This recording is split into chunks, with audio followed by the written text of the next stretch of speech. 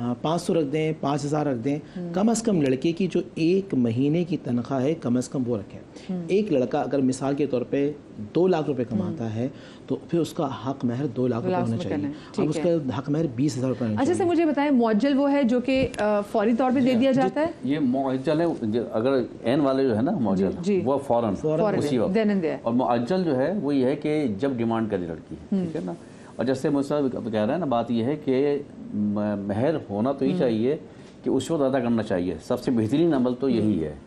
اور ابھی جیسے بات ہو رہی تھی نا کہ کتنا مہر ہونا چاہیے, آج کے دور میں جو کانسیپٹ ہے وہ یہ ہے کہ کیونکہ یہ بیوی کا حق ہوتا ہے, اس سے طلاق کا اس سے کوئی تعلق نہیں ہے, ٹھیک ہے نا, کوئی تعلق نہیں ہے اس سے, وہ تو بیوی کا حق ہے, دینا ہی دینا ہے اس کو, ٹھیک ہے نا. کہتے ہیں معاف کروا لیے, معاف یہ ایک معاف نہیں ہوتا کبھی بھی, یہ اس پہ میں کبھی معاف نہیں ہوتا. ایک ہم نے سوال لوگوں سے بھی کیا ہے, یہ اگر وہ کر بھی دے بیوی کہ جب مانگے گی تو دینا ہوگا, یہ نہیں کہے گا تم نے معاف کر دیا تھا, یہ اس کا عورت کا رائٹ ہے, یہ دیا جائے گا. اور مقدار کیا ہونی چاہیے کہ کیونکہ مہر لازمی ہے, حق ہے عورت کا. جو دولہا کی یا لڑکے کی جو حیثیت ہے اس کی حیثیت 10,000 کی ہے تو 10,000 ہی شرعی ہو کے لائے گا, 10 لاکھ کی حیثیت ہے تو 10 لاکھ شرعی کہلائے گا. وہ کچھ جگہوں پہ بھی بڑے زیادہ جب وہ مانگے بہت زیادہ, جس وقت بیوی مانگے تو وہ آسانی سے ادا کر سکے. اچھا بہت سی خواتین تو آپ کو ہوتا ہے پھر مانگ ہی نہیں پاتی نا وہ. اچھا کوئی شخص یہاں پر بات چل رہی ہے حق مہر کے حوالے سے سن لیں, کوئی شخص یہ نیت کرے کہ میں حق مہر نہیں دوں گا تو اکارڈنگ ٹو شریعہ نبی اسلام کی حدیث میں وہ بدکار شمار کیا جائے گا. جی آپ نے سوچا میں آگے دے دوں گا, جی نہیں دے دوں گا تو الگ بات ہے, ہاں لیکن دل میں نہیں دوں گا, میں نہیں دوں گا. اللہ کے نبی صلی اللہ علیہ وسلم کی بھی اس پہ لعنت ہے, جب وہ بدکار شمار کیا جا رہا ہے تو اللہ کی بھی لعنت, فرشتوں کی بھی لعنت ہے, اس کو سمجھیے گا. اچھا اس کے بعد کہ آیا مہر کا کچھ حصہ شادی کے موقع پر ادا کیا گیا, اگر ادا کیے گئے تو کس کا, یعنی کہ اگر 1 لاکھ حق مہر ہے تو آپ نے 10 دے دیا تو اس میں وہ آ جائے گا جی 1 لاکھ تھا اور 10,000 لکھا گیا.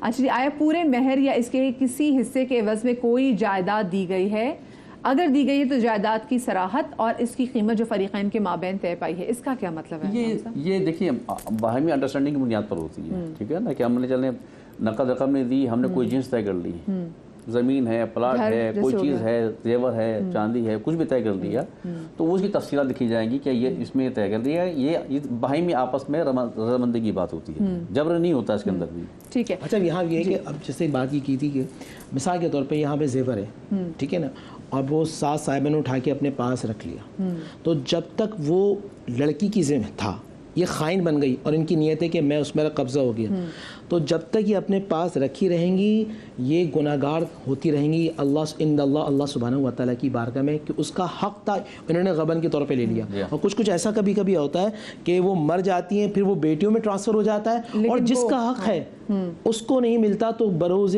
اب میں ایک بہت بڑی بات کر رہا ہوں ان ماؤں سے جو ساس ہیں اور جو لے لیتی ہیں اور بیویوں پہ ظلم کر یعنی بہووں پہ ظلم کر رہی ہوتی ہیں, قبر کے اندر بھی حساب دینا ہے, بروز محشر بھی حساب دینا ہے. ہو سکتا ہے اس کی وجہ سے آپ آتش نار میں جلتی رہیں. اچھا عمران بھائی دوسری بات مجھے بتائیں کہ اگر خواتین کو جو شادی میں جو گفٹ میں زیور ملتا ہے, اگر وہ شادی ختم ہو جاتی ہے تو وہ پھر تمام تر زیور اس کو واپس کرنا ہوتا ہے؟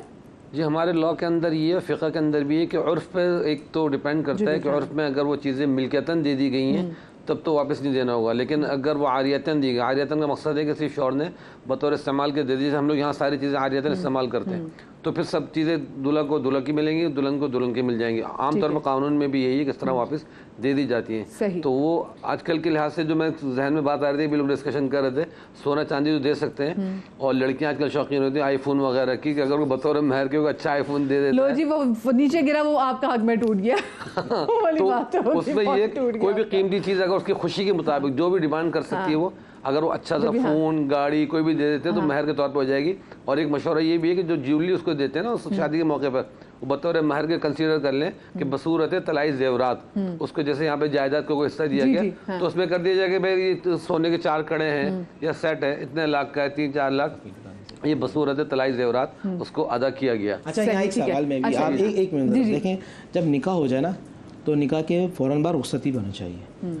1 سال یا 2 سال یہ ظلم کرتے ہیں. ہاں یہ تو میں یہ ظلم ہوتا ہے یہ پرسنل ٹاکس جو ہے اس کا میں باقاعدہ پورا پروگرام کرنا پڑے گا. میں بالکل انشاءاللہ ہم آگے والے دن وہ بھی پلان کر لیں گے. اچھا اب سب سے امپورٹنٹ چیز جو اب میں آگے ایڈ کرنے جا رہی ہوں ہے کہ جی خاص شرائط اگر کوئی ہوں, کیونکہ ان میں سے بہت سارے سے پوائنٹس ہیں جو کہ کاٹ دیے جاتے ہیں.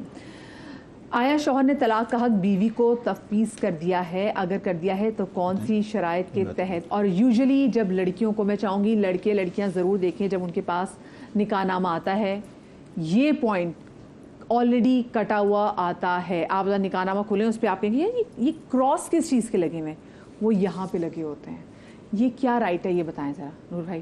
یہ آپ سب سے مجھے لیکن مختصراً بتائے گا تاکہ پورا ہمارا کمپلیٹ ہو جائے. مختصراً یہ کہ اگر باہمی اتفاق کے ساتھ، دیکھیں پہلی بات یہ ہے جب ہم پڑھ رہے ہیں نا بہت اچھی بات ہے، شادی سے پہلے عالم کو بلایا جائے، وہ کسی بھی مسلک کو جو مسلک کو فالو کرتے ہیں، اور اس سے پوچھا جائے کہ میرے کیا حق ہیں، بیوی کے کیا حق ہیں. جو نکاح نامے میں تمام چیزیں عالم سے پوچھا جائے. لیکن ابھی مجھے اسپیسیفکلی یہ جو کاٹے جاتے ہیں تاکہ وقت کی قلت ہے. اچھا ہم اس کا یہ ہے کہ اگر بیوی مانگتی ہے، شوہر سے پہلے معلوم ہے، شوہر اس کو دے دیتا ہے، تو پھر اس کے پاس یہ حق ہوگا کہ وہ رشتہ ختم کر سکتی ہے. صحیح، ٹھیک ہے. فکر جعفری میں الاؤڈ نہیں یہ کہ یہ خاصا مشکل پوائنٹ ہوتا ہے اس کو کرنا. اچھا اس کی کچھ شرائط بھی ہیں، خالی زبانی لکھ دینے سے نہیں ہوتا کہ ہاں لڑکے نے کہا اس وقت میں تفصیل کر دیا، ہمارا ایسے نہیں ہوتا.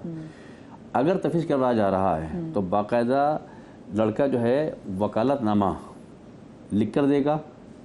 کسی کو نہ صحیح تو جو نکاح پڑھا رہے ہیں انہیں کو لکھ کے دے گا کہ میں ان کو اپنا وکیل قرار دے رہا ہوں، بشرط کہ یہ خامیاں، یہ شکایت جو شرعی شکایتیں ہوتی ہیں نا، یہ خامیاں اگر میرے اندر پائی جاتی ہیں اور میری خاتون نہیں رہنا چاہتی ہیں میرے ساتھ، تو یہ میں اجازت نامہ دے رہا ہوں ان شرائط کے ساتھ. اگر یہ خامیاں میرے اندر پائی جائیں تو ان کے اختیار ہوگا اس وکالت نامے کی بنیاد پر. پھر وہ عالم دین جو ہیں جس کے نام وکالت نامہ دیا ہوگا وہ پھر اس بنیاد پہ صیغہ جاری کر دیں گے طلاق کے اس کو. ٹھیک ہے. ورنہ ادروائز ہوتا یہ ہے کہ چونکہ آج کل جس معاشرے میں ہمارے یہاں ہے وہ یہ ہوتا ہے کہ اگر کوئی اختلافات ہو گئے تو لڑکا اپنا حق استعمال کر رہا ہوتا ہے، میں نہیں دے رہا طلاق دے رہا ہوں. ٹھیک ہے نا. اور ہمارے یہاں کیونکہ فقہ جعفری میں صیغے بعد میں بھی پڑے جاتے ہیں. فقہ جعفری میں چونکہ وجہ یہ کہ خالی کورٹ کی طلاق سے طلاق نہیں ہوتی، باقاعدہ اس میں صیغے جاری ہونے چاہیے. تو ہمارے یہاں دو صورتحال ہیں. اجازت نامہ لیا جا رہا ہے تو ان تمام شرائط کے ساتھ اجازت دیا جائے گا تو اس کی قانونی اور شرعی حیثیت ہوگی اس کی. دوسرے نمبر بات یہ کہ پھر ہمارے ہاں جو مرجع تقلید جن کی تقلید کی جا رہی ہے پھر ان کے پاس یہ اختیار موجود ہے کہ اگر شوہر جو ہے زیادتی کر رہا ہے، طلاق نہیں دے رہا ہے، تو یہ پھر ان کے پاس اختیار موجود ہے کہ وہ تحقیقات کرنے کے بعد حاکم شرع جو ہے وہ پھر طلاق کو جاری کر سکتے ہیں.